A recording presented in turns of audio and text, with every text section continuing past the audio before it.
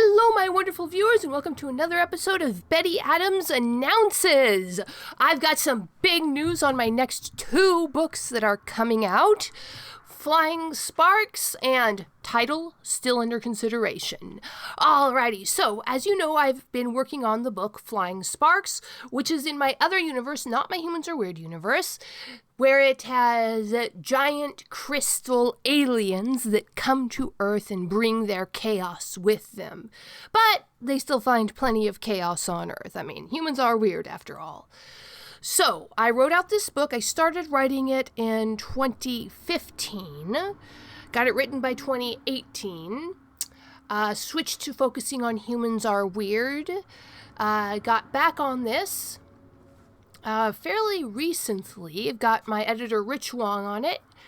And we have between us produced two really good manuscripts, because this was getting to be a 170,000 word long book, which in 6x9 format turns out to be about well over 600 pages. And the printer said, no, you don't do 600 page paperback books.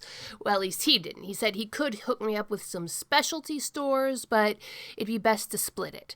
So I talked to my editor. We discussed turning it into 2 books or 3 books. And my editor said that my editor actually kind of echoed what I was already thinking, which is kind of comforting, but that it would be best as 2 books. But whereas I could not find a good place to split the books, the editor found a perfectly natural place to split the books.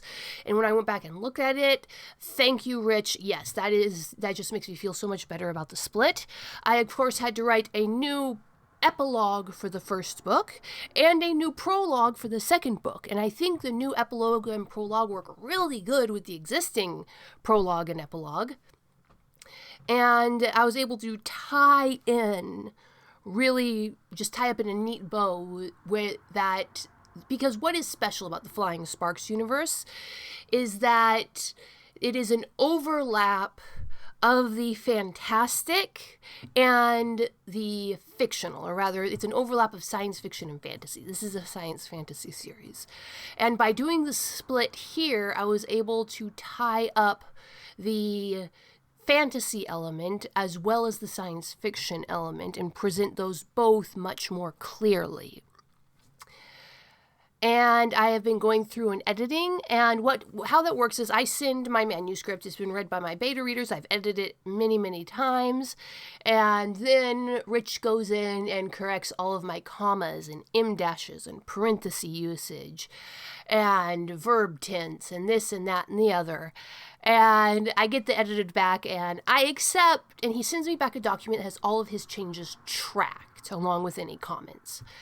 And generally speaking, I accept most of them. I accept 99. Now, there are certain elements where either when it comes down to a matter of preference, I will choose to not use his suggestions, or sometimes one of the things I've chosen an editor, Rich Wong, partially because he's not a huge science fiction fan. So from him, I can get the reaction of an editor who is not obsessive about science fiction, because that is one of my blind spots. So there are certain terminologies that do require specific editing. For instance, Rich wanted to use an article A in front of the noun ballast. Now, to me, that was curious, and I thought, because ballast is an uncountable noun, like rice or milk. You don't say, I want a milk. You say, I want a cup of milk. Because to take an uncountable noun, you have to artificially put it in countable containers. Thus, ballast, which is often water or gravel or sand, you don't say you have a ballast, you have ballast. Which I realize is something you would only know if, one, you are really, really into historical ship novels, which I know. You worked with aquatic ecosystems as an ecologist, and you've actually had to deal with ships voiding their ballast tanks, which I do. Or if one of your best friends happens to be an officer on a merchant ship, which I have. And outside of those 3 instances, it's not incredibly likely that you would know all that much about the specific nouns associated with sailing, which is why I just don't blindly accept all of Rich's suggestions. He is masterful in all technical aspects, and he really makes me feel like I know nothing about commas.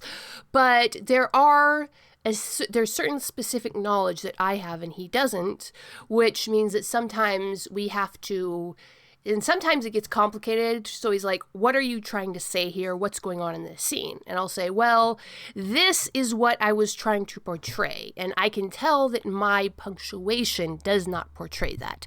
So would you please tell me what punctuation I need in this paragraph to portray this specific concept? And he's always come through with me with those. So the editing process is really a back and forth.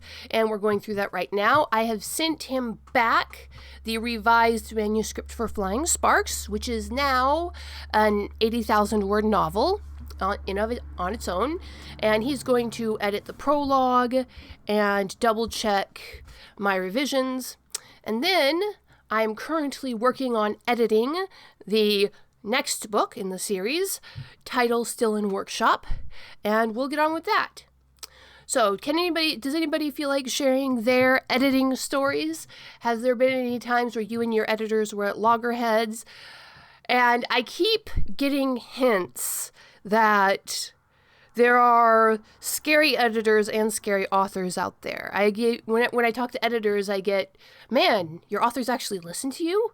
And when I talk to authors, they're like, wow, your editor doesn't doesn't override your wishes? I'm like, no, yes, of course. Why would an author pay an editor if they weren't going to listen to them? And what author is going to pay an editor that would override their explicit wishes? It's a working relationship. You're supposed to cooperate and listen to each other and take and receive and give feedback. And I really, really lucked out with finding Rich Wong, the editor. I recommend him if anybody's looking for an author, but, not until my books are done, okay? All right, but what do you think? Does any authors out there have horror stories? Do any editors out there have horror stories? Share them in the comments below. Hit that like and subscribe button. Until I get this editing and publishing process finished, videos might be a little sparse on the ground, especially on Wednesdays. Also, my regular job is going to be picking up again as classes and schools are back in session. So, peace out, my wonderful viewers. Leave a comment below the video, hit that like and subscribe, and peace out, my wonderful viewers. Humans are weird. We took a vote. The second book of Human Absurdity is now available in audiobook format. Everywhere where audiobooks are sold. Barnes & Noble, Google Play, Kobo by Rakuten, and of course, Audible and Amazon. So you can now get a copy of the audiobook format of all 70,000 words of Human Absurdity.